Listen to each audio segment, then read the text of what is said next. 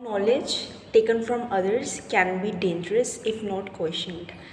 यानी कि अगर नॉलेज हम दूसरों से लेते हैं, ज्ञान जो हम दूसरों से लेते हैं, वो कहीं ना कहीं हमारे लिए घातक भी हो सकता है अगर हम उस चीज़ को क्वेश्चन ना करें।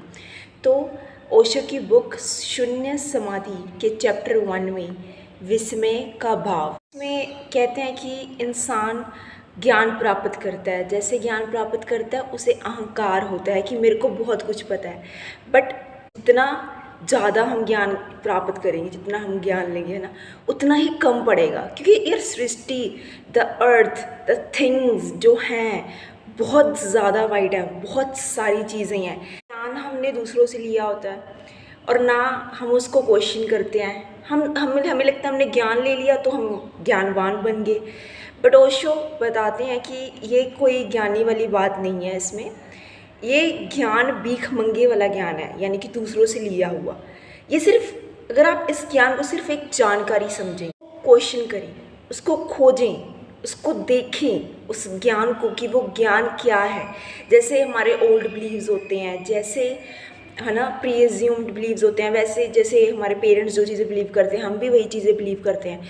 तो ओशो इसमें कहते हैं भी उस सब चीज़ों को, वो सब एक जानकारी है, उसको अपने अंदर ना लें, उसको सच ना। जैसे कि किसी का कलर चेंज है, जैसे रेसिज्म भी बहुत फैला है।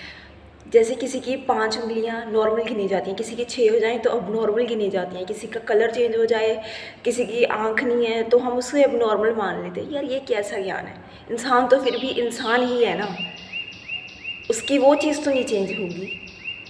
तो ओशो 3 चीज़ें की बातें करते हैं। पहला, नॉलेज। हमें लगता है कि जितनी हम नॉलेज गेन करते हैं हम उतने ज्ञानवान होते जाते हैं। दरअसल वो जो सी नॉलेज होती है वो दूसरों की होती है।